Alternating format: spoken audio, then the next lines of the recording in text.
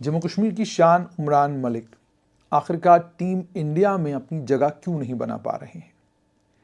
उमरान मलिक के पास पेस है, उमरान मलिक बहुत तेज़ गति के साथ गेंद फेंकते हैं, ये सारी चीज़ें अपनी जगह सही हैं, लेकिन उसके बावजूद उमरान मलिक टीम इंडिया का इम्पॉर्टेंट हिस्सा नहीं है।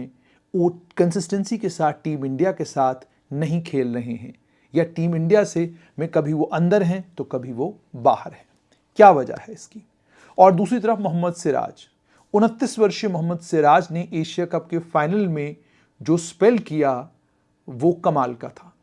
सारी दुनिया उस बॉलिंग स्पेल की तारीफ कर रही है और सारी दुनिया मोहम्मद सिराज की टेक्निक, मोहम्मद सिराज की गेंद फेंकने के अंदाज को लेकर बहुत कुछ कह रही है। मोहम्मद सिराज ने अपनी जगह टीम इंडिया में 7 साल के अंदर अंदर पक्की की है, और दूसरी तरफ उमरान मलिक को 3 साल हो गए टीम इंडिया में आते जाते, और जब भी उन्हें मौका मिला, जो एक्सपेक्टेशन उनसे थी कि वो बहुत तेज गेंद कराएंगे, बैट्समैन के लिए उनको खेलना मुश्किल होगा और वो विकेट टेकिंग बॉलर होंगे, और ख़ास तौर पे जब डेथ ओवर्स में उनको लाया जाएगा तो वो कमाल करेंगे, वो सारी चीज़ें धरी की धरी रह गई, उसमें से कुछ भी नहीं हो पाया। यानी आपके पास अगर एक एक्सप्रेस पेस पर बॉल करने वाला बॉलर है तो आप उसको 2 टाइम मौका देते हैं। एक तो मान लीजिए ओपनिंग पेयर ने खेलना शुरू किया और जो ओपनिंग स्टैंड है वो लंबा हो गया, तो अब आपको स्टैंड को तोड़ना है, तो आपकी पहली कोशिश ये रहती है कि जो आपके ओपनिंग बॉलर हैं वही उस स्टैंड को तोड़ें। अगर वो नहीं तोड़ पाते तो फिर आप अपने एक्सप्रेस पेस बॉलर को लाते हैं और उसके ज़रिए कोशिश करते हैं कि वो उस ओपनिंग स्टैंड को तोड़े। या आपको लगता है कि इनिंग के बीच में, खासतौर पर वनडे इंटरनेशनल्स की मैं बात करूंगा, 25-26 ओवर्स के हो गए, एक पेयर जो है वो पक्का हो चुका है और वो बहुत अच्छे तरीके से खेल रहा है, और आपको लगता है कि एक लंबी पारी दोनों खेलेंगे, तो आप अपने एक्सप्रेस पेस बॉलर को लाते हैं। वो आपको जो है उस समय ब्रेक थ्रू देता है और उस ब्रेक थ्रू का आपको बहुत फायदा होता है। या आप एक एक्सप्रेस पेस बॉलर को आखिर के डेथ ओवर्स में, यानी 45 से लेकर 50 ओवर के बीच में लाते हैं, ताकि आपको वहां पर कुछ फायदा हो। लेकिन उमरान मलिक, जितनी बार उनको मौका दिया गया, हर मौका देने के बाद उमरान मलिक परफॉर्म नहीं कर पाए जैसा उनसे एक्सपेक्टेड था। 23 वर्षीय उमरान मलिक गुजरनगर जम्मू कश्मीर में पैदा हुए हैं, और अगर उनके स्टैटिस्टिक्स भी देखे जाएं तो उनने 10 ओडीआई मैचेस खेले हैं, और T20 लगभग 8 के करीब खेले हैं, फर्स्ट क्लास मैचेस 7 खेले हैं, लिस्ट ए 13 मैचेस खेले हैं, और T20 लगभग 46 के करीब वो खेल चुके हैं। यानी सबसे ज़्यादा उन्होंने T20 मैचेस खेले हैं, और इन 46 T20 मैचेस में केवल 59 विकेट्स यानी 59 विकेट्स उन्होंने लिए हैं। लिस्ट ए में 15 विकेटें ली हैं 13 मैचों में, फर्स्ट क्लास में 7 मैच खेल के 12 विकेट लिए हैं, T20 में 8 मैच खेल के केवल 11 विकेट लिए हैं, और ओडीआई में 10 मैचों में केवल 13 विकेट चटकाए हैं उमरान मलिक ने। और आप जानते हैं, चूंकि वो बैट्समैन नहीं हैं, एक अच्छे बॉलर हैं, तो उसके चलते उनकी बैटिंग प्रोफाइल को लेकर मैं कोई ज़्यादा बात नहीं करूंगा। उनको ओडीआई में डेब्यू करने का मौका न्यूजीलैंड के खिलाफ ऑकलैंड में मिला, उस पिच पे मिला जिस पिच के ऊपर वो अपनी गति से, अपनी पेस से बहुत कमाल कर सकते थे, लेकिन फिर जैसे मैंने आपको कहा कि नहीं कर पाए। उसके बाद T20 मैचेस की अगर बात की जाए तो वो आयरलैंड के खिलाफ डबलिन में उनको मौका मिला। फर्स्ट क्लास की बात की जाए तो साउथ अफ्रीका ए के खिलाफ ब्लॉमफोंटेन में उनको 23 नवंबर से लेकर 26 नवंबर तक जो मैच हुआ 2021 में, वहां पर मौका मिला। जम्मू कश्मीर की तरफ से लिस्ट ए मैचेस की अगर बात की जाए तो बंगाल के खिलाफ 27 जनवरी 2021 को उमरान मलिक ने खेला। लेकिन ये सब कुछ खेलने के बावजूद उमरान मलिक के पास पेस तो है, लेकिन पेस के साथ में जो कंट्रोल बॉल के ऊपर होना चाहिए वो उमरान मलिक के पास नहीं है, ऐसा सीनियर क्रिकेटर्स कहते हैं। वो कहते हैं एक्सप्रेस पेस बॉलर है, इस एक्सप्रेस पेस बॉलर को लगातार खिलाया जाना चाहिए, इसे ज़्यादा से ज़्यादा मौके मिलने चाहिए। ये टीम इंडिया का एक सबसे इम्पॉर्टेंट हिस्सा बन सकता है, और इस बॉलर के कारण टीम इंडिया को बहुत फ़ायदा हो सकता है। ये तमाम जितने भी क्रिकेट एक्सपर्ट्स हैं उनका कहना है। लेकिन उसके बाद वही क्रिकेट एक्सपर्ट्स ये कहते हैं कि जो एक्सपेक्टेशंस उमरान मलिक से हमें हैं, उन एक्सपेक्टेशंस पर अभी तक उमरान मलिक खरे नहीं उतर पाए। उसका कारण क्या है? जब आप क्रिकेटर्स से बात करते हैं तो क्रिकेटर्स ये कहते हैं कि एक एक्सप्रेस पेस बॉलर के लिए बहुत ज़्यादा ज़रूरी है कि वो टेस्ट मैच खेले। टेस्ट मैच खेलने का मतलब यह है कि लंबे वक्त तक बॉलिंग करने का आपको मौका मिलता है। आप आते हैं 5 ओवर का स्पेल करते हैं, फिर आप आते हैं 5 ओवर का स्पेल करते हैं, फिर आप आते हैं 5 ओवर का स्पेल करते हैं। तो एक टेस्ट मैच में कम से कम आपको 15 से 20 ओवर या कभी 25 या 30 ओवर करने का मौका भी मिलता है। लेकिन एक फास्ट बॉलर और खास तौर पर एक्सप्रेस पेस वाला जो बॉलर होता है उसे ज्यादा एक्सपोज टीम नहीं करती है। वेयर एंड टियर का बड़ा खतरा रहता है कि कहीं जख्मी ना हो जाए बॉलर, कहीं अनफिट ना हो जाए बॉलर। तो उन तमाम चीज़ों को ध्यान में रखते हुए टेस्ट मैचेस में 25 से 30 ओवर या 30 से 35 ओवर के करीब करीब आप अपने एक्सप्रेस पेस बॉलर से एक्सपेक्ट करते हैं। और आपकी एक्सपेक्टेशन ये भी रहती है कि जो ही बॉल थोड़ी पुरानी होगी तो उस पुरानी बॉल से ये एक्सप्रेस पेस बॉलर जो है वो कमाल करेगा। लेकिन ऐसा कुछ भी अभी तक उमरान मलिक नहीं कर पाए हैं। क्रिकेटर्स ये भी कहते हैं कि शायद बहुत ज़्यादा प्रेशर है उनके ऊपर, शायद बहुत एक्सपेक्टेशंस हैं उनके ऊपर। उन एक्सपेक्टेशंस के कारण जो है उमरान मलिक परफॉर्म नहीं कर पा रहे हैं। उनके ऊपर हमेशा टेंशन रहती है, हमेशा स्ट्रेस रहता है कि भाई मुझे परफॉर्म करना है, इतनी एक्सपेक्टेशंस हैं मुझसे, जम्मू कश्मीर के तमाम लोग मुझसे बहुत कुछ एक्सपेक्ट करते हैं। शायद ये वजह है।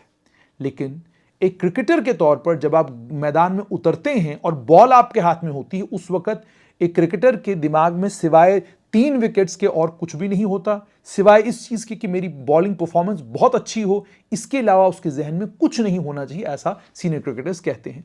वो एग्जाम्पल भी देते हैं। वो कहते हैं मोहम्मद सिराज के एग्जाम्पल ले लीजिए। मोहम्मद सिराज जिस बॉलर ने एशिया कप के फाइनल मैच में श्रीलंका को धराशायी कर दिया, जिस बॉलर ने एशिया कप के फाइनल में बेहतरीन बॉलिंग कराई, जिस बॉलर के पास गति के साथ साथ में अपने गति के ऊपर नियंत्रण और नियंत्रण के साथ साथ में बाउंसर कराने की जो उनके पास एक कला है, और उसके अलावा वो जो बॉल को स्विंग कराते हैं, ये सारी चीज़ें मोहम्मद सिराज को इंडियन टीम का इंपॉर्टेंट सदस्य बनाने में इन सारी चीज़ों का बड़ा योगदान रहा है। अब मोहम्मद सिराज भी किस दौर से गुजरे। 2020 में मोहम्मद सिराज के पिताजी का देहांत हुआ। मोहम्मद सिराज ऑस्ट्रेलिया में थे उस वक्त। अपने पिता के देहांत के बाद उनकी आखिरी रसूमात में वो शामिल भी नहीं हो सके, लेकिन सबसे बड़ी श्रद्धांजलि उन्होंने अपने पिताजी को तब दी जब उन्होंने ऑस्ट्रेलिया में बहुत बेहतरीन परफॉर्म किया। डेब्यू करने के बाद हालांकि वो इंडिया में India A, Hyderabad India, rest of India, India Green, Royal Challengers Bangalore, Sunrisers Hyderabad, इन सारी टीमों में खेल चुके हैं। ऑटो रिक्शा ड्राइवर के पुत्र मोहम्मद सिराज एक सीमर के तौर पर, एक क्रिकेटर के तौर पर, यह भी मैं आपको बताऊं, आप सुनकर हैरान होंगे कि 2015 में पहली बार जिस बच्चे ने क्रिकेट बॉल देखी और वो 2017 में आईपीएल का मैच खेल रहा था, और आईपीएल में वो 2.6 करोड़ के कॉन्ट्रैक्ट पर खरीदे गए। ठीक है, उसके बाद कुछ ही महीनों के बाद वो T20 में इंटरनेशनल खेल रहे थे न्यूजीलैंड के खिलाफ। उसके बाद लगातार वो भारतीय टीम का हिस्सा बने रहे। और सिर्फ इतना ही नहीं, रणजी में भी उन्होंने कमाल का परफॉर्म किया। उन्होंने रणजी ट्रॉफी में 41 विकेट 9 मैचों में लिए।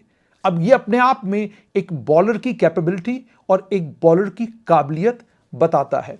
और सिर्फ इतना ही नहीं, जब मैं कैरियर स्टैटिस्टिक्स देखता हूं, ऑस्ट्रेलिया के खिलाफ मेलबर्न में डेब्यू किया, और उसके अलावा ओडीआई की अगर मैं बात करूं तो ओडीआई में उन्होंने ऑस्ट्रेलिया के खिलाफ डेब्यू किया, T20 में उन्होंने न्यूजीलैंड के खिलाफ डेब्यू किया, टेस्ट मैचेस में उन्होंने ऑस्ट्रेलिया के खिलाफ डेब्यू किया। अब दोनों के बीच में फर्क क्या है? जैसे मैंने आपको कहा कि मोहम्मद सिराज ने रणजी ट्रॉफी लंबे वक्त तक खेली, रणजी ट्रॉफी में बहुत बढ़िया परफॉर्म किया, रणजी ट्रॉफी में बॉलिंग करने का उनको ज्यादा मौका मिला। सीनियर क्रिकेटर्स ये कहते हैं कि इसी तरह का मौका जो है वो उमरान मलिक को भी मिलना चाहिए।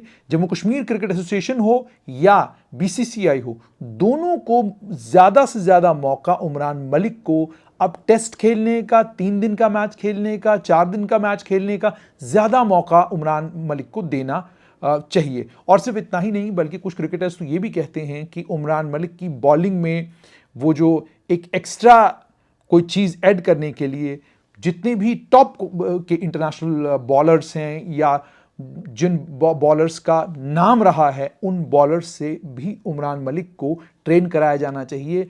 उन बॉलर्स से सीखने के लिए उमरान मलिक को मौका मिलना चाहिए, ताकि उमरान को ये पता चले कि गति के साथ में क्या चीज़ चाहिए होती है जिससे आप एक विकेट टेकिंग बॉलर बनते हैं। क्योंकि आपके पास गति है, आपके पास रफ्तार है, आप बहुत तेज़ गेंद फेंकते हैं। इसके आज वक्त ख़ास तौर पे आजकल T20 का जो ज़माना है, इस T20 के ज़माने में आप तेज़ रफ्तार बॉलर हैं। अगर आपकी तेज़ रफ्तारी में कंट्रोल नहीं है और आप बॉल को घुमाना नहीं जानते, आप नहीं जानते कि यॉर्कर कैसे मारना है, आपको नहीं पता बाउंसर किस वक्त मारना है, आपको नहीं पता कि किस समय बॉल के साथ क्या करना है, तो फिर आपको बहुत मार पड़ेगी। आप जितनी एक्सप्रेस पेस पर बॉल कराएंगे उतना ज़्यादा खतरा है कि आप रन बहुत सारे देंगे। यही उमरान मलिक को देखने को आ रहा है कि उमरान मलिक जब बॉलिंग कराते हैं तो बहुत पिटाई होती है उनकी। तो अब पिटाई हो क्यों रही है? क्योंकि जैसे मैंने आपको कहा कि वर्ल्ड के जितने भी फास्ट बॉलर रहे हैं, कर्टली एमरोज की बात की जाए, मेल्कम मार्शल की बात की जाए, या उसके बाद एंडी कमिंस की बात की जाए, एलन डोनाल्ड की बात की जाए, उसके बाद डेल स्टीन की बात की जाए, या ऑस्ट्रेलिया के जितने भी टॉप के शॉन टेट या बाकी जितने भी ब्रेट ली, ये जितने भी फास्ट बॉलर रहे हैं, इनके पास सिर्फ स्पीड नहीं थी, स्पीड के साथ एक तो एक्यूरेसी थी, और उसके बाद वो एक एक्स्ट्रा कोई चीज़ उनके पास थी जिस एक्स्ट्रा के कारण वो विकेट टेकिंग बॉलर माने जाते थे। जब भी टीम किसी मुश्किल में होती तो आप अपने एक्सप्रेस पेस बॉलर को लाते, वो एक्सप्रेस पेस बॉलर जो है आपको विकेट निकाल के देता था, उसके कारण पूरा मैच पलट जाता था। और सिर्फ इतना ही नहीं, बगल में पाकिस्तान के शुएब अख्तर की बात की जाए, वकार यूनुस की बात की जाए, वसीम अकरम की बात की जाए, ये भी 3 वो बॉलर रहे हैं जिन बॉलरों के पास पेस भी थी और पेस के साथ में टेक्निक भी थी। तो उमरान मलिक के पास पेस तो है, लेकिन अब टेक्निक की ज़रूरत है। तो ये बीसीसीआई को और जम्मू कश्मीर क्रिकेट एसोसिएशन को देखना है कि कौन से बॉलर्स ऐसे हमारी कंट्री में हैं, कौन से गुरु ऐसे हैं जिन गुरुओं के पास उमरान मलिक को भेजने की ज़रूरत है, ताकि उमरान मलिक के पास जो गति इस समय है, उस गति के साथ में नियंत्रण, और नियंत्रण के साथ में बॉल को घुमाने की कला, और बॉल को घुमाने के साथ साथ में बैट्समैन को परेशान करने की कला जो है, वो उमरान मलिक में अगर आएगी तो यकीनन उमरान मलिक जम्मू कश्मीर की नुमाइंदगी टीम इंडिया में सालों तक करेंगे। ये पोटेंशियल उमरान मलिक के अंदर है। और जैसे मैंने आपको कहा, मोहम्मद सिराज एक ऑटो रिक्शा चालक का बेटा इस वक्त टीम इंडिया का अहम हिस्सा है।